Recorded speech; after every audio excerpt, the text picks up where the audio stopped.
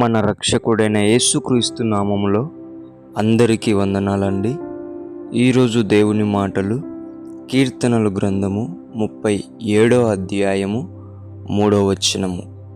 యెహోవా యందు నమ్మికయుంచి మేలు చేయుము, దేశమందు నివసించి సత్యాన్ని అనుసరించుము. ప్రియ దేవుని బిడ్డలారా, దేవా, ఈ దేశంలో నివసించి నేను సత్యాన్ని తెలుసుకొని ఏం చేయాలి అంటే మేలు చేయమని దేవుడు చెప్తాడు. నువ్వు అప్పుడు అంటావు, ప్రభువా, నేనెంత మేలు చేసినా నాకు కీడే తలుగుతుంది అంటే, ఆయనను ఏమంటాడు? నీవు యెహోవా మీద నమ్మిక ఉంచి మేలు చేయము అంటాడు. దేవుని బిడ్డలారా,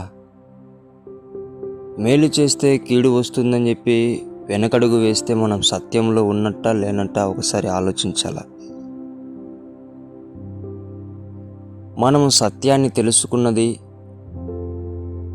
అనేకులకు కళ్ళు తెరిపించడానికి, అనేకులను వెలుగులో నడిపించడానికి. కాబట్టి మనము ఒకటే తెలిసి ఉండాలా, దేవుని మీద నమ్మకం ఉంచి మేలు చేయడం మనము తెలుసుకొని ఉండాలి. దేవుని బిడ్డలారా, ఎవరినో చూసి ఎప్పటికీ కూడా మీరు మీ మేలులు పోల్చుకోకండి. నీవు తెలుసుకున్న సత్యాన్ని పోల్చుకోకండి.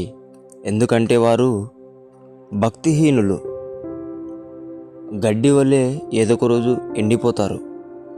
కానీ నీవు సత్యాన్ని తెలుసుకున్నావు, నిరంతరం మేలు చేసే పనిలో ఉంటున్నావు, ఎప్పటికీ ఎండిపోయేవాడిలాగా నీవు ఉండవు.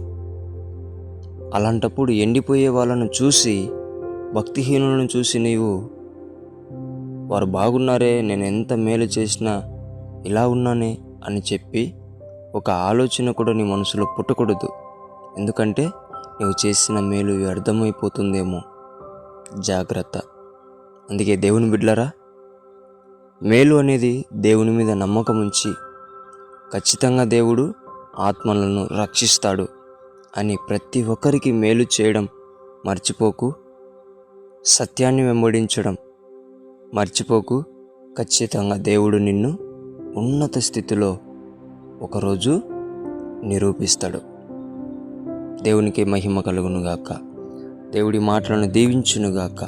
ప్రార్థించుకుందాం. యేసయ్యా, నీకు వందనాలు నాయనా. నీ బిడ్డలు ఎవరైతే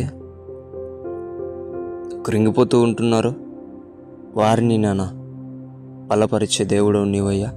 బలపరిచి నా తండ్రి, నీ మీద నమ్మకం ఉంచి వారు మేలు చేసే బిడ్డలుగా, సత్యాన్ని తెలుసుకొని వెనకడుగు వేయకోకుండా సత్యంలో నడిచే బిడ్డలుగా వారిని నీవే నిలబెట్టమని, నీవే వారిని ఒకరోజు నిరూపించమని యేసు నామములో ప్రార్థిస్తున్నాం తండ్రి.